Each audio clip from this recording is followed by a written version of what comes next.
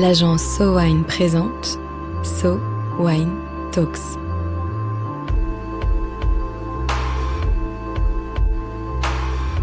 La première série de podcasts analysant les tendances marketing et communication dans l'univers du vin et des spiritueux.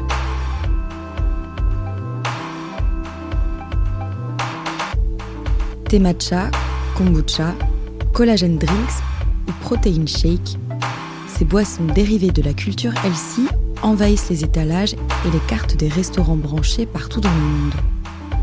Comment peut-on expliquer cette nouvelle tendance ? Et quel lien peut-on faire avec le secteur des vins et spiritueux ? Aujourd'hui, un épisode spécial autour des boissons fonctionnelles, c'est leur nom, avec Marie Mascret. Marie, aujourd'hui, tu voulais nous parler des boissons fonctionnelles. Déjà, est-ce que tu peux nous définir ce qu'est une boisson fonctionnelle ? Alors, une boisson fonctionnelle peut être définie comme toute boisson non alcoolisée qui procure des bienfaits supplémentaires pour la santé en raison de l'inclusion de tout composant bioactif provenant d'une source végétale, animale, marine ou de micro-organismes. Donc, pour faire simple, les boissons fonctionnelles, généralement, elles sont préparées à base de légumes ou de fruits. On y ajoute un ingrédient qui va être destiné à atteindre une fonction spécifique importante pour la santé. Donc, elle va être enrichie en minéraux, en vitamines, en acides aminés, parfois même en extrait de plantes ou de fruits. Et elle a été conçue pour apporter des bénéfices spécifiques au corps.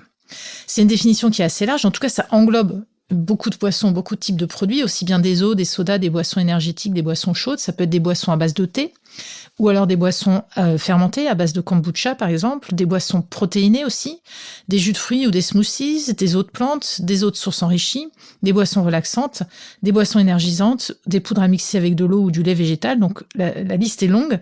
Généralement, pour simplifier, on a une combinaison d'eau et de fruits ou de racines ou d'épices ou de plantes, plus des vitamines ou des minéraux.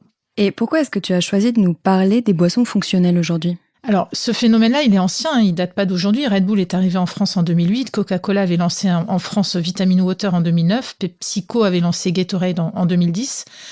Pareil, si je continue, Innocent a décliné ses smoothies dans une gamme plus avec des ingrédients fonctionnels dès 2014, avec 3 produits à l'époque, antioxydants, énergisants et avec autour de la défense immunitaire, avant de développer cette gamme en 2020. Et puis, il y a aussi l'exemple du lancement du thé détox en 2009 par Kousmiti. C'est un phénomène d'ailleurs qui a été repris et amplifié en 2014 avec le lancement de Wonder Tea de Caroline Receveur ou encore des jus Nubio. C'est un phénomène qui ne va pas s'arrêter. On a Vittel qui a lancé Vittel Plus, Danone qui a lancé High Pro, Perrier qui va lancer Maison Perrier, dont une gamme Energize qui est positionnée comme concurrente de Monster Red Bull.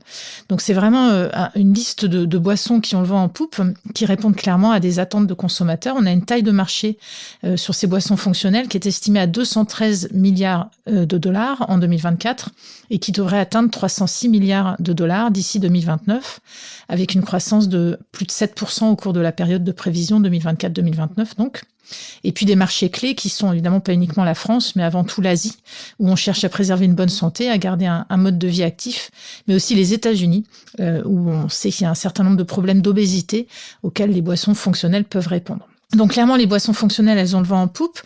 Ça va aussi de pair avec d'autres types de comportements alimentaires qui remportent un franc succès. Je pense aux offres de compléments alimentaires, ceux qui sont vendus en pharmacie, mais aussi dans les rayons cosmétiques de Sephora ou de Monoprix, qui ont des propositions de valeur exactement similaires autour de l'énergie, de la relaxation, de la beauté. Je pense aussi au lancement de produits du type gummies et snacks boostés, les bars, les céréales, les compotes assorties de minéraux, de vitamines ou de protéines. Et puis aussi le développement des boissons sans alcool, puisque les boissons fonctionnelles se posent comme alternative à des moments de consommation sociaux. On n'a pas honte de commander une boisson fonctionnelle quand tous les copains autour de soi commandent lors d'un apéritif des alcools. Et est-ce qu'on sait les catégoriser, ces boissons fonctionnelles ? Alors nous, en tout cas, on les a catégorisés chez So Wine. Pour donner un petit peu plus de clarté, on a plusieurs catégories. Une catégorie autour des boissons qui sont énergisantes, autour de tout ce qui est recovery. Ça va être plutôt avec des marqueurs autour de la caféine naturelle, mais sans café, et d'autres bénéfices. Leurs codes, elles sont plutôt empruntées aux energy drinks classiques, donc autour de la notion de performance, et aux marques de sportswear autour de la notion de futurisme. Autre catégorie, les boissons relaxantes, qui sont souvent en termes de marqueurs autour de tout ce qui est anti-stress, avec la présence par exemple de CBD. Il y a une promesse de trip légale, de stimulation, sans le crash du lendemain. On a aussi des boissons catégorisées comme euphorisantes. Là, elles ont une promesse d'échapper aux affres du quotidien par la magie des plantes ou des champignons. Clairement, la plupart d'entre elles empruntent à l'univers psychédélique, que ce soit dans le nom ou dans l'univers graphique. Des accroches du type Choose Your Mood ou Get the Edge Without the Hangover. C'est exactement ce qu'on retrouve dans ce type de boissons euphorisantes. On a également des boissons qu'on catégorise comme réconfortantes. Là, on est plus autour d'une promesse d'équilibre, d'énergie apaisée et canalisée, avec une forme de rayonnement intérieur dans la promesse, une sensation joyeuse et enveloppante. C'est des boissons qui sont souvent inspirées des sodas et des thés glacés, avec du fruit et du peps enrobés d'un packaging vibrant. Les boissons restauratives, là, on est plutôt sur des plantes sacrées ou indigènes qui sont utilisées lors de rituels spirituels ou sociaux pour apaiser, pour calmer, pour purifier, pour redonner vie en quelque sorte. C'est une promesse de pureté avec des doses très concentrées. Et puis les boissons revitalisantes, là on est plutôt sur l'énergie et la notion de restauration comme un complément alimentaire liquide avec des boosts santé. On parle d'immunité, de digestion, d'énergie. Et souvent grâce à la présence aussi de probiotiques, de vitamines, de minéraux. Donc ça, ce sont des boissons qui sont proposées pour une consommation en journée, sans spécifiquement un contexte social, dans un objectif vraiment de mieux-être et de productivité. On n'emprunte pas la catégorie alcool du tout sur cette catégorie de boissons énergisantes. Ça se présente plutôt comme une alternative aux sodas et aux eaux aromatisées. Et qu'est-ce qui a changé selon toi ces dernières années ? Pourquoi est-ce qu'on assiste à un boom aujourd'hui ? Alors clairement, ça fait écho à un intérêt des consommateurs pour plusieurs choses. Un intérêt d'abord pour une alimentation plus saine, plus naturelle, avec moins de transformation, moins de sucre, moins de colorants, moins d'additifs, et en particulier après les dérives industrielles et les scandales alimentaires des dernières années. Également une responsabilité des individus pour prendre soin de leur santé. C'est sans doute né aussi suite aux nombreux messages sanitaires du gouvernement, la mention Manger Bouger qui existe depuis 2007, les publicités du Programme national nutrition santé, les campagnes de prévention contre le cancer aussi. Tout ça qui s'est évidemment accéléré avec la crise sanitaire. On observe également, on assiste à une prise de conscience de l'importance de la santé intestinale. L'intestin est clairement vu désormais comme un second cerveau. On prend soin de sa santé globalement. On a aussi une meilleure connaissance du lien entre l'alimentation et le bien-être et l'énergie, notamment via la vulgarisation des informations sur les réseaux sociaux, que ce soit par des experts ou par des influenceurs d'ailleurs, ou même par des particuliers. Et puis on a un renouveau d'intérêt pour les superfoods, les plantes bienfaisantes, un peu en réponse aux aliments pauvres en nutriments, car souvent transformés ou mal sourcés. On redécouvre aussi certaines plantes dans une logique de retour aux sources et d'alimentation plus naturelle. Également dans les tendances du moment, le développement de certaines pratiques sportives, que ce soit la musculation, le crossfit, le yoga, le pilates, qui s'accompagnent clairement d'une optimisation de l'alimentation, notamment en y ajoutant des smoothies, des boissons ou des barres protéinées, ou des boissons chaudes anti-inflammatoires ou énergisantes. On parle de chai latte ou de golden latte par exemple. Et il y a aussi beaucoup le bouche à oreille qui joue dans le développement d'un réseau de distribution qui est souvent associé à une communauté spécifique, qui sont des boissons qu'on va retrouver dans des bars à salade, dans des restaurants bio, même dans les salles de sport, dans les spas, dans les salles de concert. Et ça, c'est évidemment clé dans le développement de ces marques de boissons fonctionnelles. On a un essor du self-care, aussi en réponse à une anxiété et à une pression ressentie par une partie de la population, notamment les jeunes. Une prise de conscience des effets négatifs de l'alcool sur sa santé immédiate. On parle d'anxiété, de prise de poids, mais aussi à long terme, évidemment, qui amène aussi à des pratiques de modération et donc à rechercher des alternatives bénéfiques. On a aussi, alors c'est peut-être une mode, mais en tout cas un renouveau du psychédélisme dont certaines boissons fonctionnelles s'inspirent en adoptant des codes graphiques ou un discours proche de cet univers-là. Et puis une pratique qui vient des États-Unis, la pratique du microdosing, qui est souvent avouée par les fondateurs de start-up ou les employés de la tech qui déclarent prendre des substances psychédéliques en petites doses en disant que ça les aide à être plus calmes, moins anxieux, à rester plus longtemps concentrés et à trouver des idées originales. Et qu'est-ce qu'elles apportent concrètement ? Qu'est-ce que le consommateur cherche dans ces boissons ? Alors, il y a plein de bénéfices qui sont mis en avant par ces boissons. L'énergie d'abord, via de la caféine, du maté, des vitamines. Le fait de booster le système immunitaire avec des antioxydants, la concentration et la stimulation via des plantes ou via des champignons, le sommeil et la relaxation via le CBD ou les champignons, l'hydratation, la récupération avec les minéraux et le potassium par exemple, ou encore la digestion via les probiotiques ou les plantes, et puis aussi la dimension détox bien sûr. Et en fait, on se rend compte qu'évidemment, ces boissons, elles ciblent des catégories de consommateurs très spécifiques qu'on pourrait classer en 4 segments d'acheteurs qui sont les sportifs, sont ceux qui recherchent une meilleure récupération ou des meilleures performances. Les équilibristes, on pourrait les appeler comme ça, qui sont ceux qui recherchent une protection avec des antioxydants, des anti-inflammatoires ou un boost avec des vitamines et des minéraux, et en tout cas un effet global de mieux-être. Les no sugar sont ceux qui recherchent une alternative saine au soda, généralement avec du goût et donc sans sucre. Et puis, un peu étonnamment peut-être, mais quand même, les fêtards, qui sont ceux qui vont rechercher l'énergie et la relaxation, mais sans consommer ni alcool ni drogue. Et donc là, il y a clairement un positionnement et une cible très précise qui est adepte de ce type de produit. Alors, c'est des boissons qui apportent une forme de créativité, d'originalité en tout cas aussi, au moment de consommation classique. Et ça aussi, ça répond à la demande de ces consommateurs et de ces cibles. Par exemple, au petit déjeuner, on n'est plus sur un petit déjeuner classique, mais on va prendre des smoothies protéinés, des boissons chaudes, et ça en alternative au jus et au café. Au moment de la collation, on est plutôt sur du snacking, puisque ces boissons proposent aussi des formats nomades, avec des bouteilles, des canettes. Et puis, on a une promesse de concentration et de créativité à tout moment de la journée. Et ça, c'est une bonne alternative au soda, au café et au jus de fruits. Et puis, pendant les repas aussi, on se rend compte, y compris d'ailleurs dans des restaurants étoilés, qu'on propose parfois des boissons un peu différentes de ce qu'on avait l'habitude d'avoir jusque-là, et parfois des boissons fonctionnelles en alternative, soit à l'alcool, soit au soda. Et est-ce que les acteurs du marché des vins et spiritueux s'y intéressent aussi ? Oui, complètement. Alors, je vais donner quelques exemples. On a l'exemple d'Absolute, par exemple, qui a créé un energy drink dont le 3e opus vient de sortir, qui s'appelle Absolute Nights. Et la manière dont ils le mettent en avant, c'est Absolute Nights, c'est une gamme vibrante et audacieuse de shots influencés par les cultures et les saveurs locales, afin de créer des expériences sensorielles pour les fêtards qui se réunissent lors de soirées dans le monde entier. Donc le 3e opus, c'est Orange Peel, après le lancement l'année dernière de Smoky Piña, qui était d'inspiration mexicaine, et de Nordic Spice, qui était d'influence scandinave. Donc la marque exploite clairement les saveurs nuancées et appréciées par ces publics-là, et ces publics locaux en particulier, et les transpose sur la scène mondiale. On a aussi l'exemple de Desperados, qui a sorti une version Desperados Red au Guarana en 2008, et qui est toujours tête de proue de la gamme. On a PepsiCo qui a lancé son propre functional drink qui s'appelle Driftwell. Et puis Kirin, la marque de bière japonaise, qui a lancé au Japon Kirin Plasma Sports pour booster l'hydratation et le système immunitaire. Et on se rend compte que ces marques et ces groupes et ces grands acteurs du monde des spiritueux ou des vins s'y intéressent aussi, parce que finalement, ça leur permet d'aller toucher une cible un peu différente.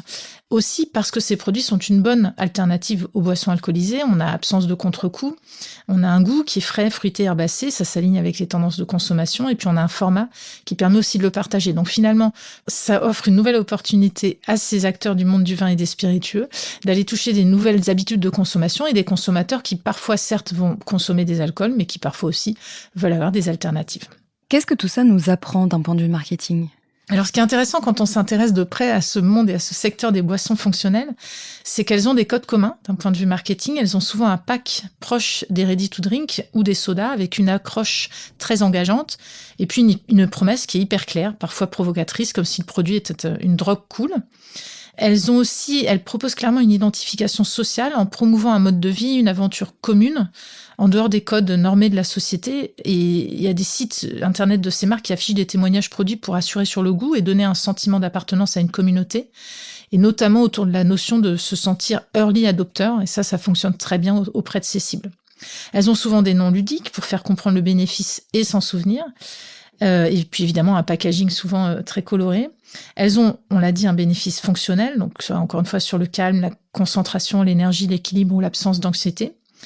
Elles ont clairement mis en place toute une drink strategy. C'est des boissons qui proposent aussi pour certaines des cocktails à préparer et qui proposent aussi des formats cocktails ready to drink aussi pour certaines d'entre elles, ou alors qui déclinent leurs boissons en format spirits.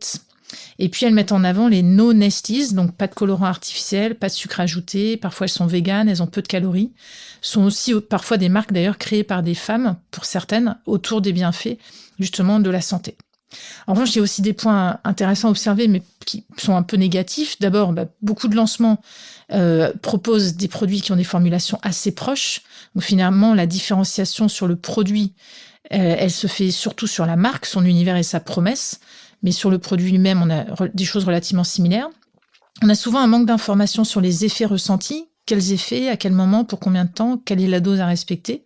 Les limites sont assez floues et il n'y a pas vraiment d'études qui aient été menées par les marques. On reste souvent dans le subjectif.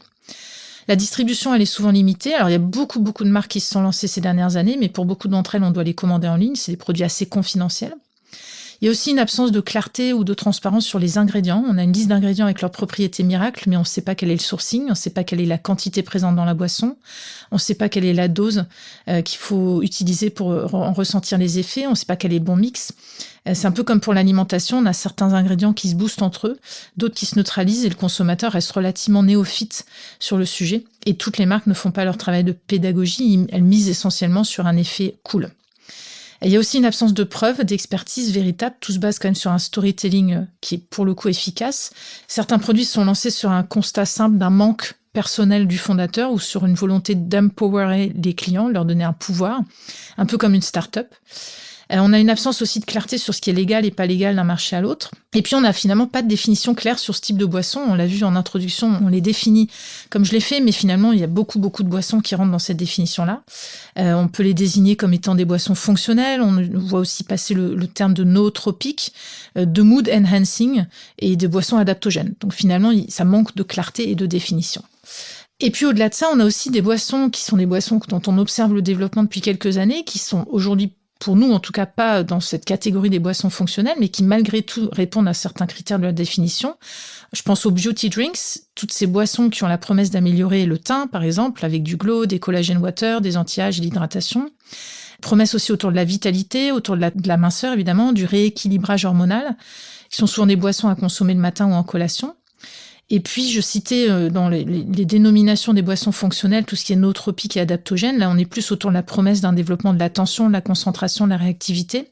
C'est un segment où il y a beaucoup de marques qui se lancent aujourd'hui, donc c'est un segment qu'il faudra observer. La plupart de ces marques se positionnent comme alternatives aux boissons alcoolisées, par leur effet euphorisant et relaxant, donc, mais sans alcool.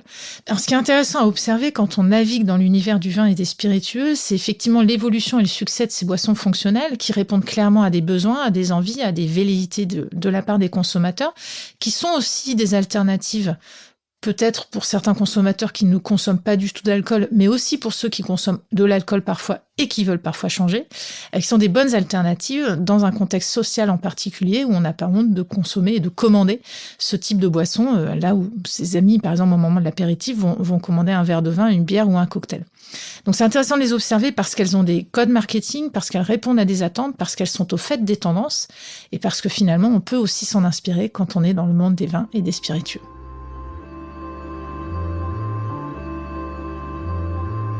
Un nouveau type de boisson extrêmement dans l'air du temps pour celles et ceux qui prennent soin de leur corps et de leur bien-être. Alors, comme toujours dans les So Wine Talks, loin de penser que le marché se divise, il faudrait plutôt penser qu'il s'étend. N'y aurait-il pas de la place pour tout le monde, avec ou sans alcool, pourvu qu'on aille vers du goût et de la convivialité.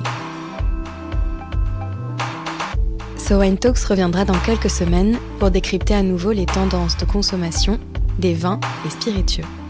En attendant, si vous avez aimé cet épisode, n'hésitez pas à le partager sur vos réseaux et à lui donner des étoiles sur vos applications de podcast préférées. Un épisode écrit et produit par l'agence So Wine.